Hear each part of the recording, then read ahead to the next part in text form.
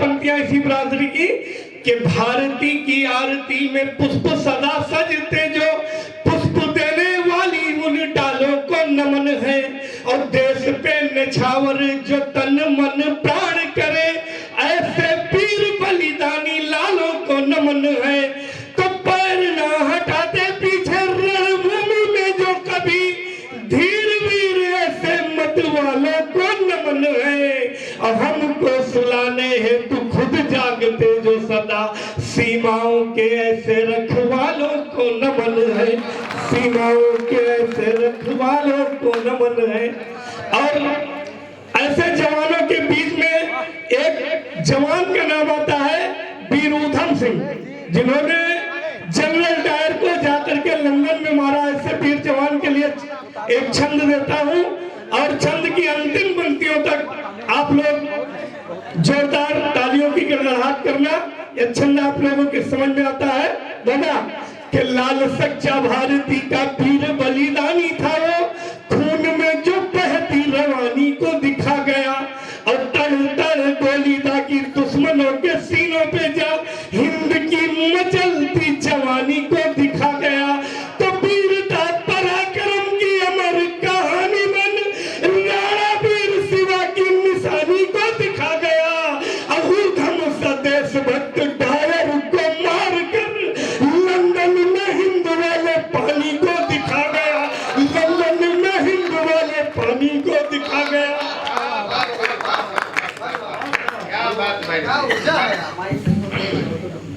के लंदन में हिंद वाले पानी को दिखा गया। आइए एक रचना की ओर आप लोगों को ले चलता हूं, जिसकी आवश्यकता है आज हम सभी को। कि भटके अर्जुन गीता का उपदेश सुनाना फिर होगा, भटके अर्जुन गीता का उपदेश सुनाना फिर होगा। मातृभूमि की रक्षा हित गांधी उठाना फिर होगा, मातृभूमि की रक्षा हित गांधी उठाना फिर होगा। फिर होंगे श्री कृष्ण सारथी धर्म युद्ध छिड़ जाने दो, फिर होंगे श्री कृष्ण सारथी धर्म युद्ध छिड़ जाने दो। अपनी सेनाओं को सीधे दुश्मन से भिड़ जाने दो, अपनी सेनाओं को सीधे दुश्मन से भिड़ जाने दो। रणभेरी में तान फूंक दो वंदे मातरम गाने की, रणभेरी में तान फूंक दो वंदे मातरम गाने की। भारत माँ की रक्षा हित अपना सर्वस्व लुटाने की। हर हर बम बम श्री राम का बिगुल बजाना फिर होगा, मातृभूमि की रक्षा हित गांधी उठाना फिर होगा, मातृभूमि की रक्षा हित गांधी उठाना फिर होगा। रणचंडी जब रणभूमि में अपनी प्यास बुझाएगी, सुनिएगा कि रणचंडी जब रणभूमि में अपनी प्यास बुझाएगी, अहंकार में डूबे दुश्मन की आंखें खुल जाएंगी। महाप्रलय छा जाएगा जब भारत के मत वालों का, महाप्रलय छा जाएगा जब भारत के मत वालों का। धन्य धन्य जननी होगी ये पौरुष देश के लालों का, धन्य धन्य जननी होगी ये पौरुष देश के लालों का। हर हर बम बम श्री राम का बिगुल बजाना फिर होगा, मातृभूमि की रक्षा मातृभूमि की रक्षा हित गांधी उठाना फिर होगा। और क्या होगा कि सीमा पर भारत माँ का श्रृंगार कराया जाएगा, सीमा पर भारत माँ का श्रृंगार कराया जाएगा। चढ़ दुश्मन की छाती पर परचम लहराया जाएगा, फिर चेतक की टापों से हम उसे मसल कर रख देंगे, फिर चेतक की टापों से हम उसे मसल कर रख देंगे। गौरी गजनी वाला वो इतिहास बदल कर रख देंगे, गौरी गजनी वाला वो इतिहास बदल कर रख देंगे। माँ चंडी के चरणों में बलिदान चढ़ाना फिर होगा, मातृभूमि की रक्षा हित गांधी उठाना फिर होगा, मातृभूमि की रक्षा हित गांधी उठाना फिर होगा। अगला वन कि हम राणा के वंशज हैं, झुकना हमको मंजूर नहीं, हम राणा के वंशज हैं, झुकना हमको मंजूर नहीं। जिस दिन अपनी पर